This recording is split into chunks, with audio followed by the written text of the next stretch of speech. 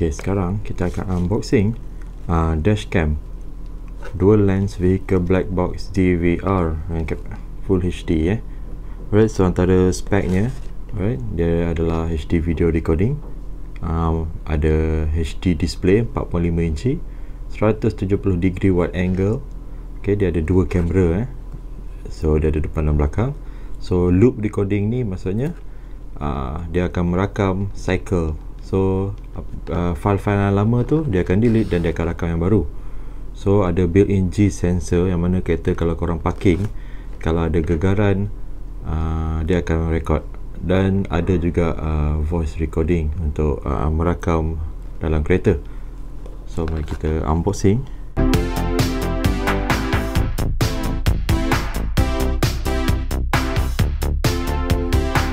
Saya dekat dalam ni.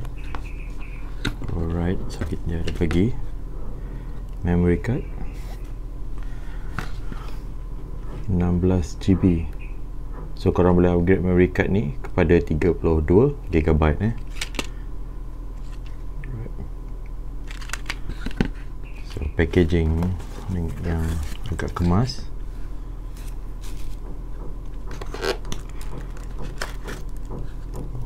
Okay, so ini dia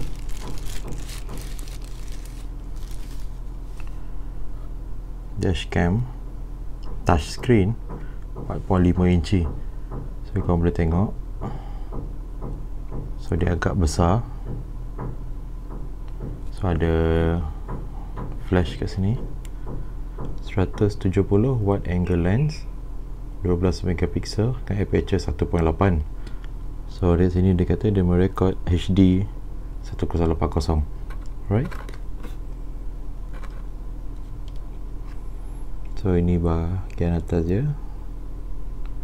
So memory card yang membusuk dekat sini. Okay.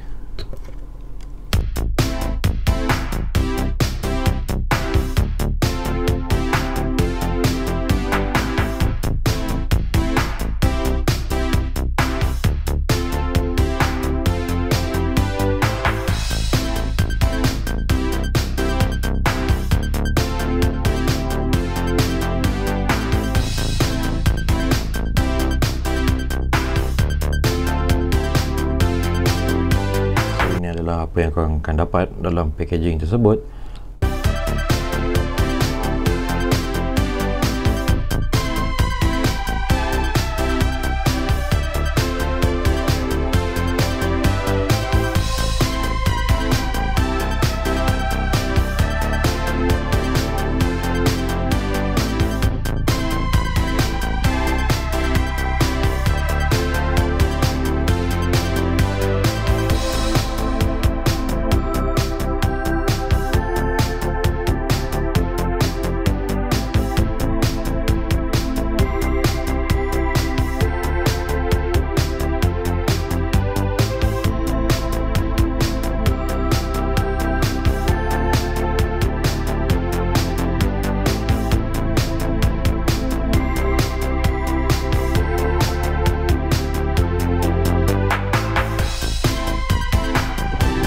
Guys, so sekarang kita akan tengok setting untuk dashcam tu, dan lepas ni aku akan tunjuk korang quality videonya sewaktu pemanduan waktu siang dan juga waktu malam. Alright, so sebelum tu mari kita tengok dulu setting untuk dashcam ini. Alright, so kalau korang tengok dekat sini, ini adalah normal setting dia kalau korang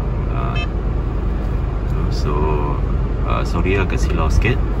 So korang boleh tengok video quality dia. Okay. Alright, so kat sini ada function untuk switch kamera punya style. Alright, so kita tengok kamera belakang ataupun split kamera dengan ruang kamera yang kecil. So kalau tekan lagi, so korang dapat split, dan kalau tekan lagi, so korang dapat balik pada normal full view lah. Alright, so ini adalah button back. Kalau korang tengok, dia pergi ke menu utama. Okay, so macam kat sini setting yang korang dah preset, apa yang korang on, apa yang korang off. Okay, so semuanya boleh preset setting yang dekat sini lah. Okay, so kat sini kita ada resolution apa semua ni. So resolution ni adalah kamera korang dashcam ni kau nak rakam pada full high definition 720 atau 420, so aku suggest kau ambil yang paling highest lah, so senang untuk apa-apa. So untuk dua kamera ni maksudnya kamera depan dan belakang. Kalau korang off kamera belakang, takkan on.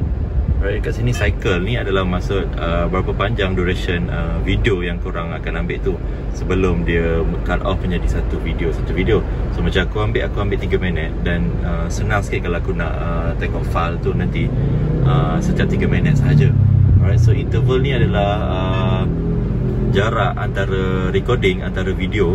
So 100 milisecond, tu aku offkan saja, so biar dia boleh jadi continuous recording, so tak ada sambung-sambung. So mana tahu kalau ada apa-apa berlaku. So waktu yang dia stop recording tu mungkin adalah sangat-sangat penting ya. Alright, so kalau korang tengok balik WDR ni, function dia adalah wide dynamic range. So wide dynamic range ni aku on kan sebab kalau gambar tu gelap atau pencahayaan terlalu terang, so dia akan buat few lapisan lah video, so akan buatkan video korang menjadi clear. So exposure ni korang boleh set lah sama ada exposure video tu nak terang ataupun nak gelap. So motion ni aku on kan. Motion ni maksudnya jika ada sebarang pergerakan di depan dan belakang kamera, so dashcam ni akan automatically record pergerakan tersebut dan simpan. Alright, so watermark ni aku akan on kan juga.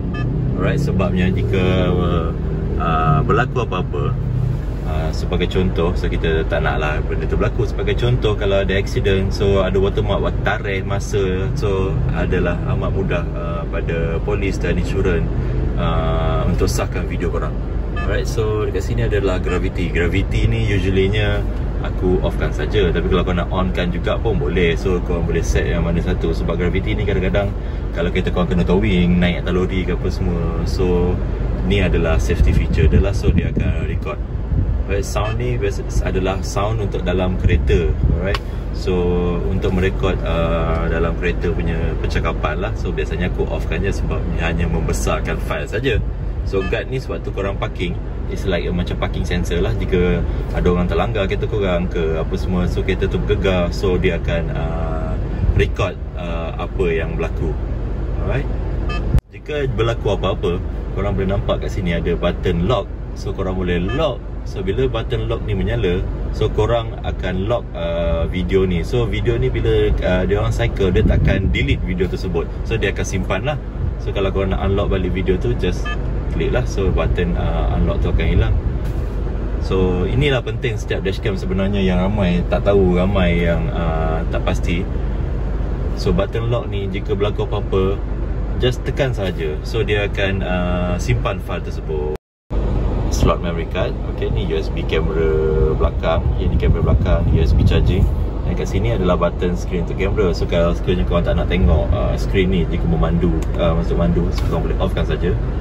Alright, so kalau dashcam korang tu terasa panas, ni bukannya sebab panas matahari ke apa, tapi sebab operating system dia. So biasanya memang normal lah kalau size dia panas tu antara 50 ke 75 degree tu adalah normal. So korang tak perlu risau.